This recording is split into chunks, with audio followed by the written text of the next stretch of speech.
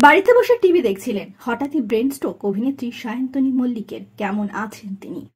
আপনাদের সবাইকে স্বাগত সিনে গসিপে। অনুরাগের ছোঁয়া ধারাবাহিকে আমরা তাকে দেখেছি। গল্পের মোড় ঘুরতে না ঘুরতেই শুটিং শেষ হয়েছে অভিনেত্রীর। বাড়িতেই ছিলেন কয়েকদিন, তবে আচমকাই অসুস্থ হয়ে পড়লেন অভিনেত্রী সায়ন্তনী মল্লিক। বাড়িতে বসে নিশ্চিন্তে টিভি দেখছিলেন সায়ন্তনী। মাত্র কয়েক সেকেন্ডে বদলে গিয়েছে সমস্ত পরিস্থিতি।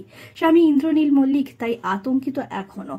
অনুরাগের ছোঁয়া ধারাবাহিক শেষ হয়েছে সদ্য, আপাতত ছুটিতে বাড়িতেই রয়েছেন তিনি। আচমকাই শরীরে অস্বস্তি বোধ করেন তিনি। পরীক্ষা করে দেখা গেলে জানা যায় ব্রেন স্ট্রোক হয়েছে সায়ন্তনীর। বুধবার ঘটেছে ঘটনা। অভিনেত্রীর স্বামী জানিয়েছেন, শারীরিক কোনো অসুস্থতা ছিল না সায়ন্তনীর, একেবারে সুস্থ মানুষ। হঠাৎই ব্রেন স্ট্রোক কি করে হলো এখনো বুঝে উঠতে পারছেন না তিনি।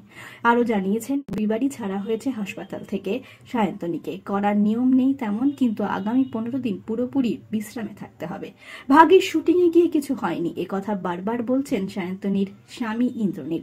স্টুডিওতে গিয়ে কিছু হলে সমস্যা আরো বেশি হতো, তাই অভিনেতার কথা ভগবান রক্ষা করেছেন আমাদের। সামাজিক মাধ্যমের পাতায় হাসপাতালের একটি ছবি শেয়ার করেছেন অভিনেত্রী, যেখানে দেখা যাচ্ছে স্বামী ইন্দ্রনীলকে জড়িয়ে দাঁড়িয়ে রয়েছেন সায়ন্তনী। মুখে চোখে এখনো অসুস্থতার ছাপ রয়েছে অভিনেত্রীর। তিনি ছবি শেয়ার করে লিখেছেন, তোমায় ছাড়া আমার বাঁচা সম্ভব হতো না বর, ঈশ্বরকে ধন্যবাদ। আপাতত আগামী কয়েকদিন বাড়িতেই থাকবেন সায়ন্তনী। সায়ন্তনীর দ্রুত সুস্থতা আমরা কামনা করি।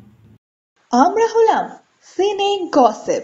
জুড়ে থাকুন আমাদের সঙ্গে, সাবস্ক্রাইব করুন আমাদের এই ইউটিউব চ্যানেলটি।